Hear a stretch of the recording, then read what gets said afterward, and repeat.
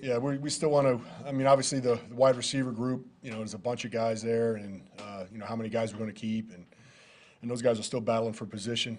A couple of guys are, obviously they're all returners, so that's where it comes into play for me. Now that you've seen Lewis kick a bit, is that still a consideration, or Yeah, Lewis can kick off. I mean, there's no question about that. He can kick off, and he can be a viable cover guy. Just like I talked about before. He can definitely do that. Go ahead. Sorry. It's all right. Just how encouraging is it for someone like Sky Moore to have such success at kickoff return, given we weren't sure if he was going to be part of the mix there?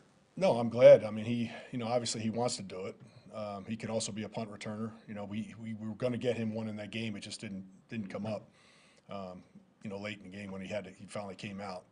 Once they take him out on offense and defense, there's a period of time where I kind of wean him off the special team. So sometimes I get him on for a play, and then sometimes I don't. So I tried to get him on a punt return there, but I didn't. But he did a nice job in the kick returns. He hit it up in there, and he was had a lot of desire to make a big play. So that's what you're looking for. Sorry, Blair. Any concern on your part that Winchester won't be ready for? No, no concern that he won't be ready. I mean, he actually, he's a tough guy. He got it shot up at halftime and then came in. So I mean, it was pretty. Came back in the game. So.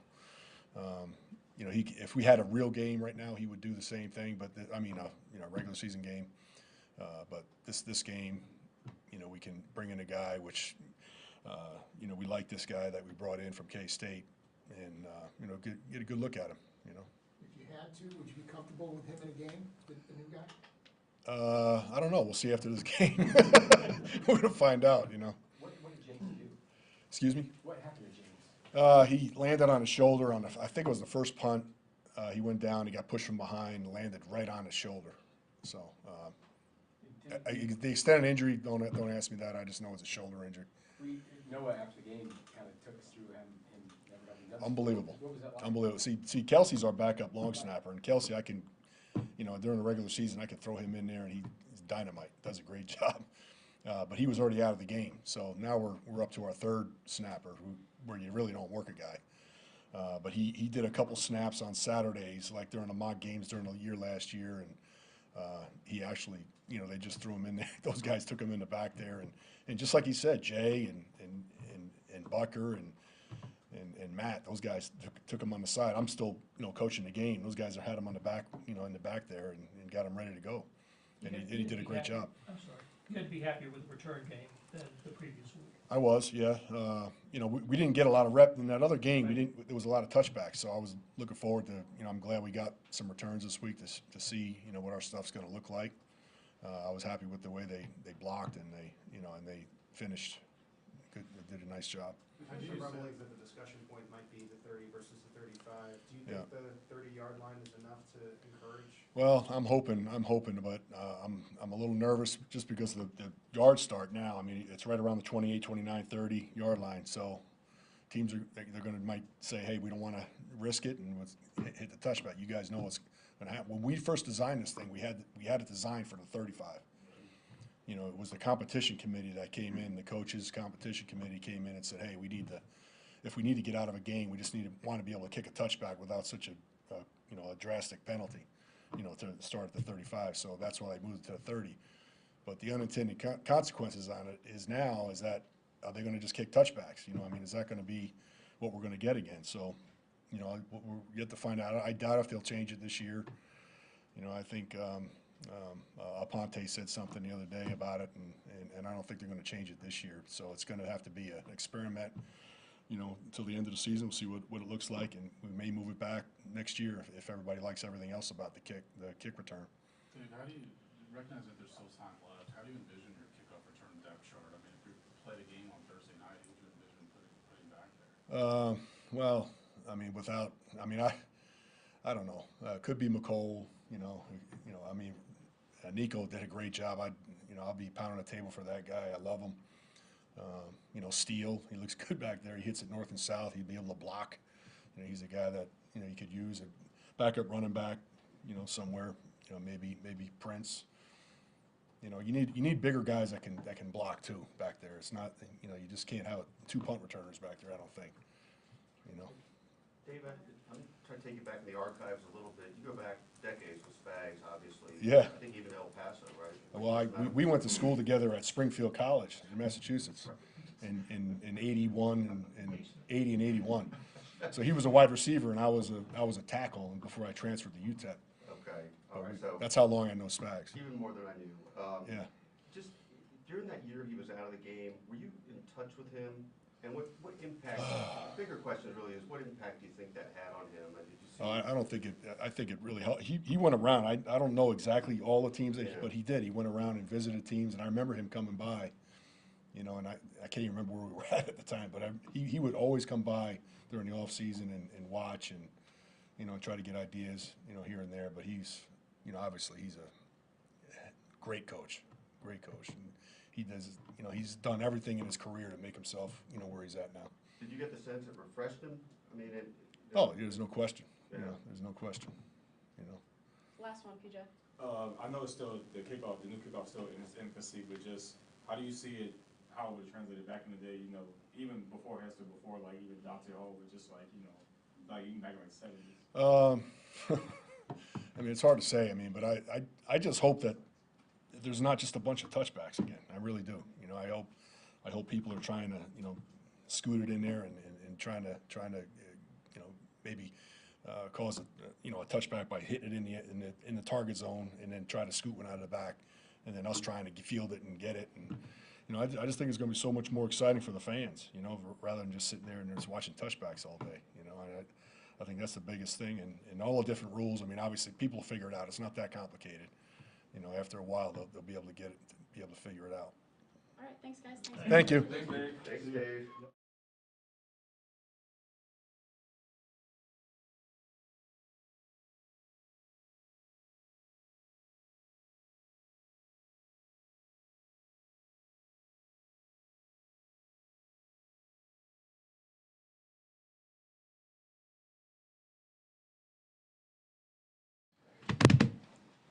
Got a flip card?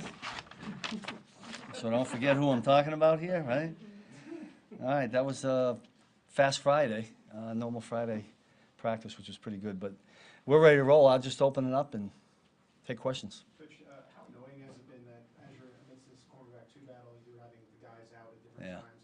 What does that mean if you're not able to name one? Yeah, so more frustrating than annoying, but because it's really part of it. I made this point in a unit meeting the other day that, but I don't believe we couldn't have, because Jay Reed hasn't had any practice snaps, right? So I don't believe we've had let's call it our top 11, 12, or 13, whatever that is, right? I don't think we've had them on the field for one play.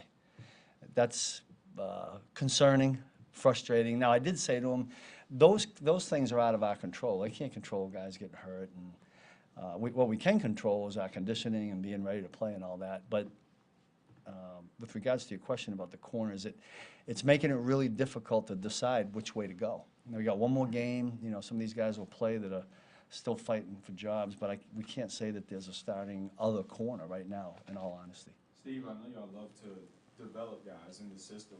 Yeah. And you have guys that are developing, are coming on, but again, those injuries, is there any thought to trying to bring a vet in at some point? Well, I mean, if you would talk to Coach Reed or Brett, I think they'd tell you they're always looking.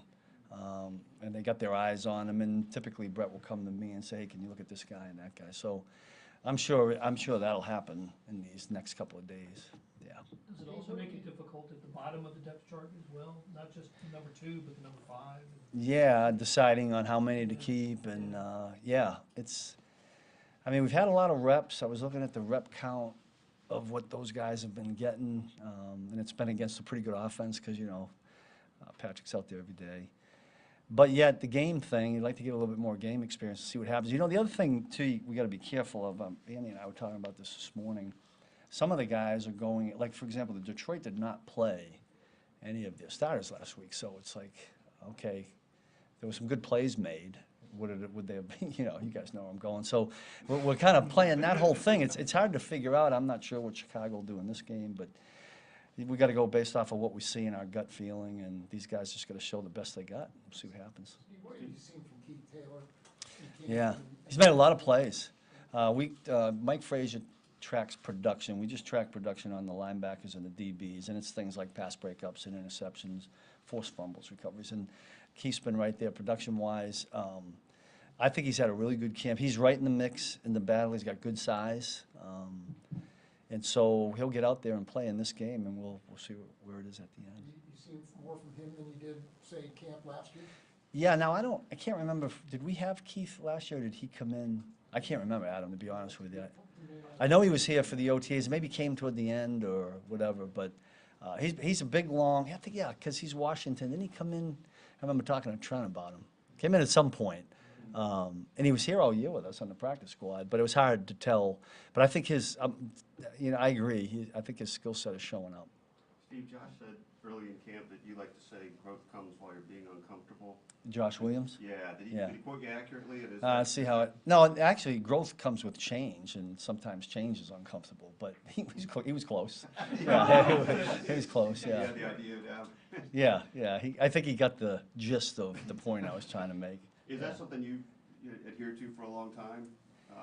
Yeah, like, I think when I put it up, sometimes we gotta change, right? And that's happening all the time in this league, and with change comes growth. I don't think there's any growth without changing, and that's what I was trying to convey to them. So some things that maybe we changed in the scheme, some things that they need to change in the way they do things to get better or to grow.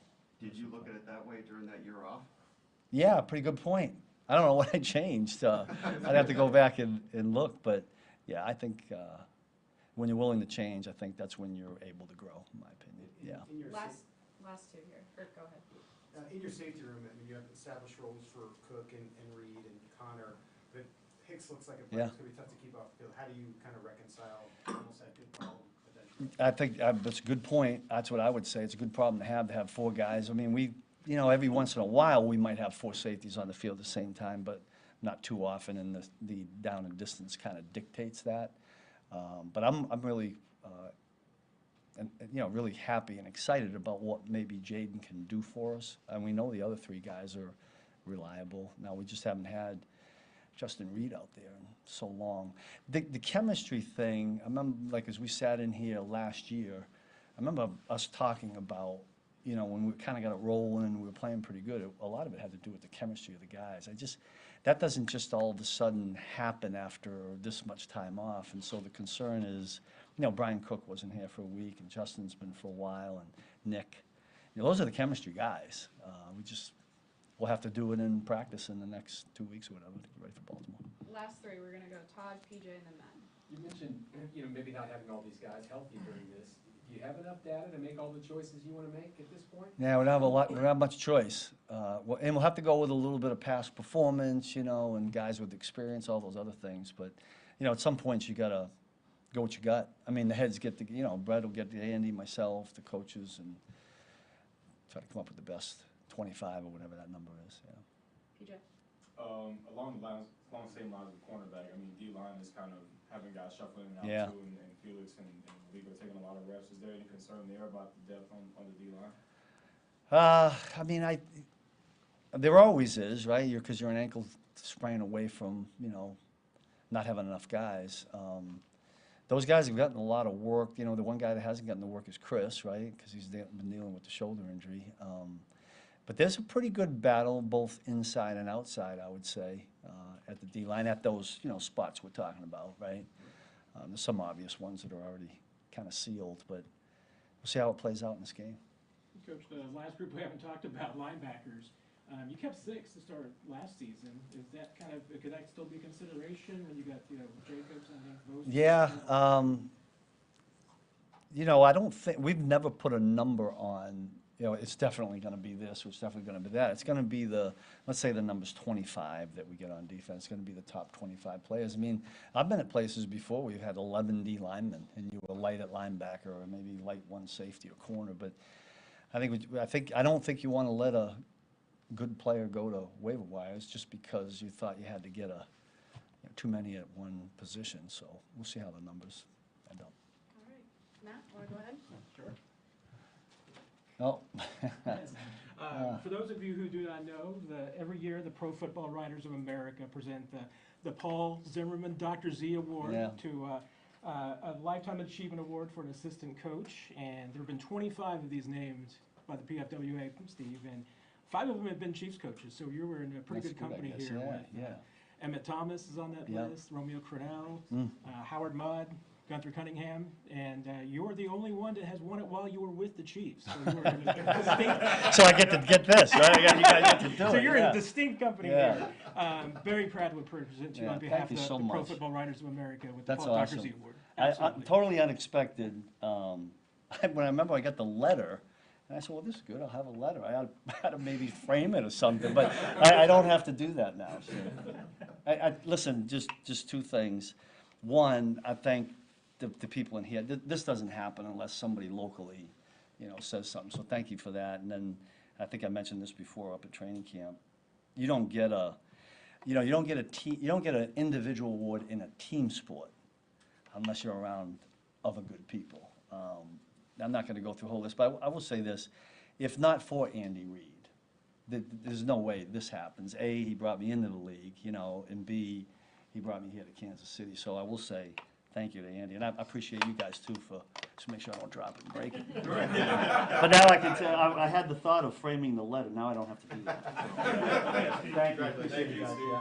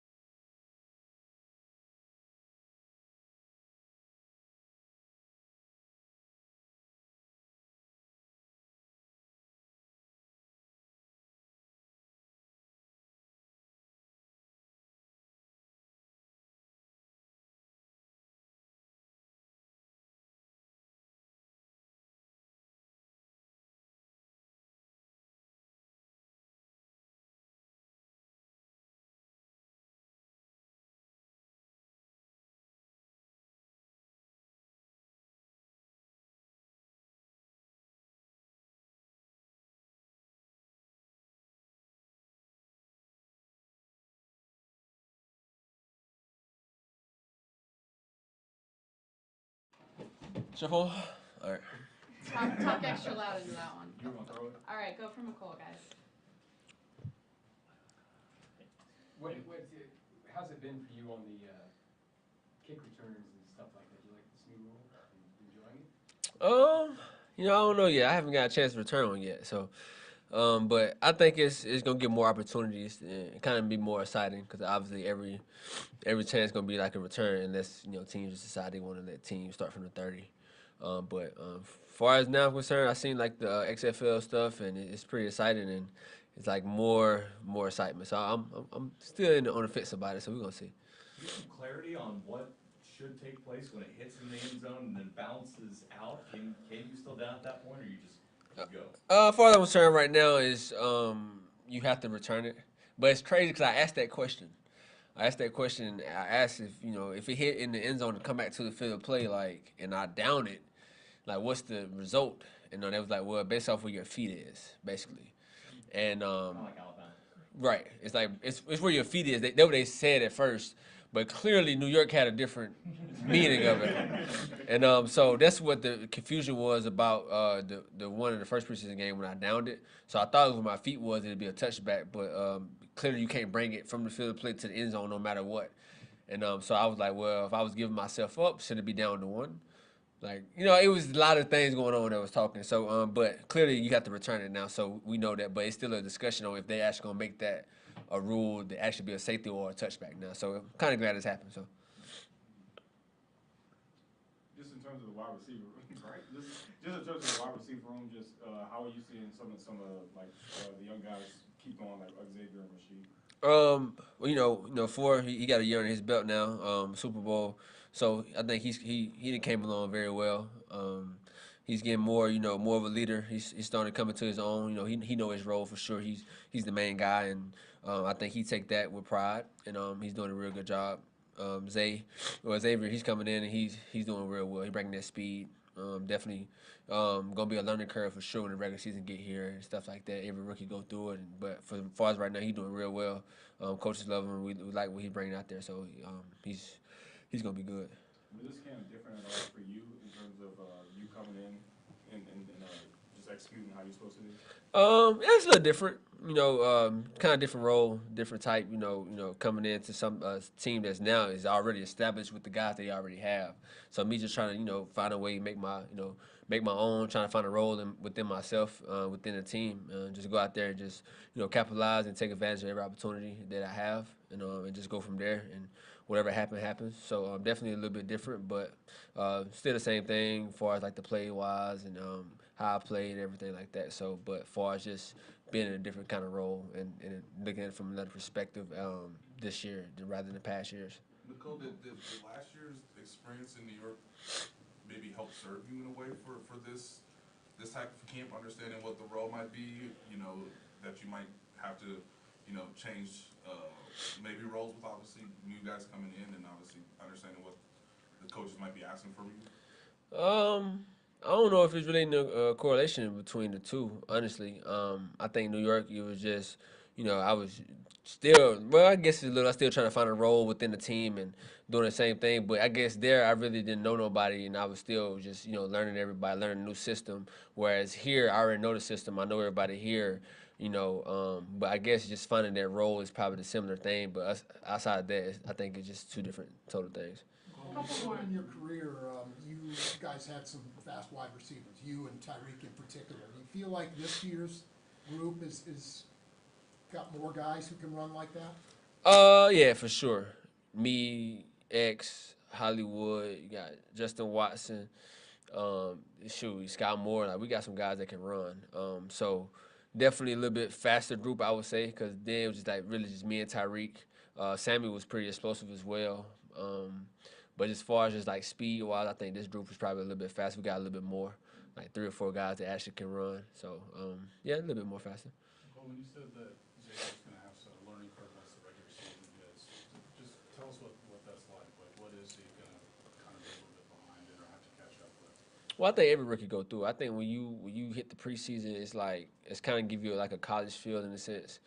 You feel like you good, but then when you have regular season hit and that speed changes and the scheme, the atmosphere, it all changes, and it's kind of like, I ain't say a shock, but it's one of those like, whoa, okay, this is real, you know, it's that time. I think that's the learning curve that you hit. It's not saying like a learning curve where you're gonna do bad, like not in that sense, but a learning curve as in like just, you know, the different atmosphere and the different speed, the play type, the knowledge, like how people are more smarter than normal. You know what I mean? Like, cause now you actually got a game plan. People have a, you know, you coming in with a game plan and schemes that you probably haven't been familiar with for real. You know, you can. It's one thing to show it on film and actually be on the field and seeing a scheme. And Baltimore have a real good scheme of doing things and how they want to do certain things. And I think so. Once you learn that, it's like, okay, cool. People got that, and then that's when film watching started coming into play. You know, as a rookie, you know, we really in college, we didn't really watch film like that. You know, you watch film over certain things, but it was, you know, it's not like as detailed as it is in the league, you know. So that's just a learning curve that I think everybody go through. I think people still going through it, you know. So I definitely hit that learning curve my rookie year, just different speed and stuff like that. But watching like Tyreek and Trav make it look so easy, it's like you learn fast. So I'm glad that we got some guys here that's been part of this offense and been here. So when he see that, you know, I'm pretty sure he's gonna learn it pretty fast. Last two. We're gonna go Blair and Todd. Well, third preseason game coming up, and then cuts are a few days after that. Can this be a nervous or uncertain time for players? Oh yeah, for everybody. I mean, I don't, you know, some people are, you know, solidified in certain things, but yeah, it's definitely one of those times where, you know, all the hard work that you've been doing the whole camp and, you know, trying to, you know, make a way and try to make a spot on the team. So definitely some nervous times around here. For me too, you know, you never know what can happen, you know. So I think the approach to take is just, you know, take advantage of every opportunity and go in there with, you know, a clear mind and do the best you can do, and then whatever happens. But definitely some nervous times for sure. Do you remember like a welcome to the NFL moment when you were a rookie, like when it got to regular season, where you were like, this is different? Can you have anything in your mind? My rookie year, Jacksonville, first game actually. Tyreek got hurt, and I was going to get Jalen Ramsey. He probably don't remember this, but I think it had like a go route or something, and he was just on me. He was like, "Man, you ain't getting nothing today, bro." He's like, "You're not getting nothing." I'm like, "What you mean? Like, what's up?" Like, all right, you know. And like that whole game, bro, the whole side, like he was just talking, bro. I'm like, I can't do nothing, bro. Like, I think he jammed me one time. I'm like, yeah, he's different. I'm like, I don't know, I don't know what to do. I'm going to coach like, hey, don't look at me. Like, I don't know. That's when he was like, you know, that when he was in Jacksonville, he was a problem. Like he was that one, you know. So he's still good too. But like that Jalen was, shoot. I was like, yeah. But that next game, I went crazy. I think we had played the Raiders after that. I went crazy. Like so, I was like, yeah. I kind of bounced back good. But that first game was like, this Jalen Ramsey. I'm like, he just talking to me. I ain't think he even gonna say anything. He like, you ain't getting nothing today, man. He's like, that's locked up. Like you supposed to be fast. You slow. I'm like, damn. Like yeah. But that's probably my wake up moment right there. After that, I think I was good. Yeah. All right, thanks. All right, appreciate it. Thank y'all.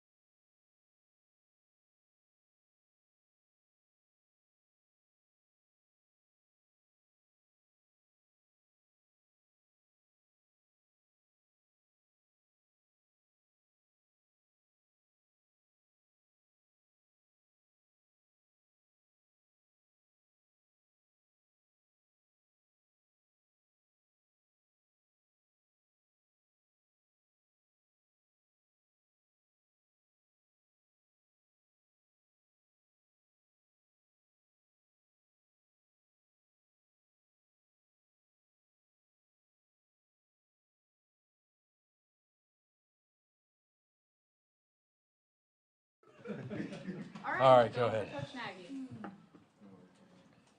What sort of challenge did you have to get through this game, to see anything that you need to see from some young guys and just get to work on it? Probably the biggest thing is just making sure that we're putting guys in the right spots for these opportunities. And when they get a chance to get a play the last couple games and then getting into this game here schematically where we want to get a guy to be able to see a little bit more. And then these opportunities that jump up for making the team, it'll be big for both sides. I mean, as a coach, you go into this game and you understand that for us it's our third one, and usually around the NFL there's not a whole lot of scheming that's going on in these games, but it's so important for these guys to be able to play fast so we can evaluate them, and I think that's what's most important probably. Now, what have you seen lately from generic Prince? I see, I think with Deneric, he's somebody that in practice, every day he's practicing hard, he's playing hard. There's some mistakes here or there, that's most guys. I love the run he had the other day down the sideline. Man, when he picks those knees up, he's gone down the sideline, he's tough. So I remember when he first came in here, he's such a quiet kid, and he doesn't say much, but he plays hard every practice, he shows up every day. And so when you get a big play like that, it's always nice to see. Matt, we're aware of Clyde's circumstances, but do you feel like, based on his experience, you guys sort of can rely on what he's shown you, obviously, previous years, or do you feel like you need to just get him into the mix a little bit on Thursday?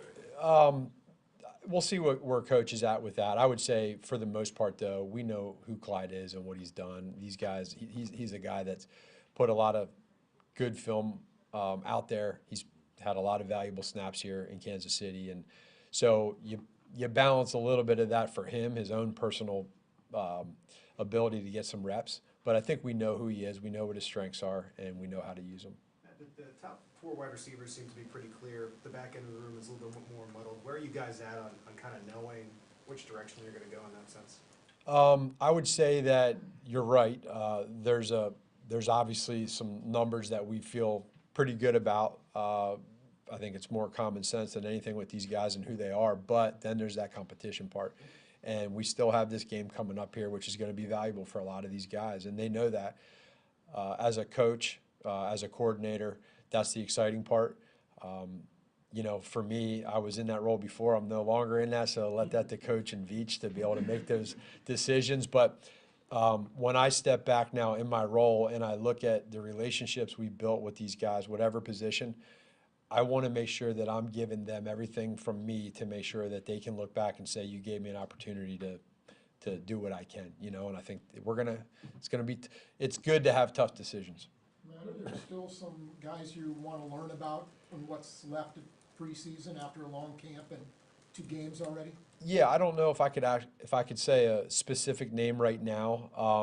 I think we know big picture. There's a few guys here or there without getting into confidentiality for where we stand as a team. But this is a big opportunity and a big game for a lot of guys. And you know, it can be for us being able to have depth positions. That depth is always critical, guys. You know, there's injuries throughout the year. Special teams is valuable. So you look at that, and then, you know, there might be some guys who are in a certain position. You want to see what they can do when maybe put in a position to get more reps. With Willis Reese-Zammit, he's clearly come a long way since rookie minicamp, but how much more maybe seasoning and development does he still need? He'll still need some development. I mean, he's developing every day for the positive. I love his attitude. It cannot be easy doing what he's doing, coming from one sport to the next, but he has a great attitude. That's more than half the battle. He's going to get reps. He's gonna get opportunities, and I think it more than anything is just there needs to be probably a little bit of patience with him. Last 3, we're going to go Nate, Mick, and then Todd. It was interesting, Matt, how you guys used Carson Steele in the last preseason game. Just catching out of the backfield and pass protection, just how much growth have you seen, and was it really more necessary to evaluate him in those types of aspects more so than just handing him the ball? Yeah, that's definitely a part of it, to see Carson do everything that it entails to be a running back. He had that one big run in the first game. We were able to see some of that stuff in training camp, in some of the practices. But that's not all about just playing running back. You got to be able to protect. You got to know where to go. You got to be good on special teams. So more opportunities, more reps are going to be valuable for him, and then for us to be able to see where he's at. And again, another great kid. I think back to when I first met him in OTAs, and he's in there every day in meetings early. He's in there trying to learn this offense. Now he can go out there and try to play, and put it on us to see what he can do. Matt, Andy was surprisingly okay with the behind-the-back pass in a game. Where do you land on that? Yeah, I've been hearing Pat talk a lot about it, and we talk about him barking and never biting. I guess he definitely bit the other day in the game, and Kels had a particular route he was going to do. It didn't happen, and all of a sudden I looked up and saw he's doing it behind the back, and then Kelsey caught it. I don't think people understand Kels not necessarily knowing where to go or what to do on that play after everything happened. He still caught the ball. I mean, that's not easy to catch when you don't know it's coming. So those guys are crazy, and I'm glad it was in the preseason. And talking about Clyde, you know what he can do on the field, and I don't pretend to know what happens in the meeting rooms and all that, but every time I see him around the players, on the sideline or whatever, if he's not playing, starting whatever, he seems to be a real kind of glue guy and a team guy. What sort of value is that for you guys, and does that weigh in decisions? I couldn't agree more with you on that. I think he's a very positive kid. I've always enjoyed my time being around him. He's knowledgeable, he's smart, he has a great attitude, he's a leader. However many years it is that he's in this league, he's a veteran in that room, and guys listen to him. And I think there's a calmness to him. He has what he has off the field. We all have our stuff off the field personally, what you go through. And I think hopefully he feels his coaches and his teammates all have his back in this thing. We're in this thing together. But as a football player with us in the building, he's been really good. Thanks, guys. Thanks, Coach. All right, see you. Appreciate it.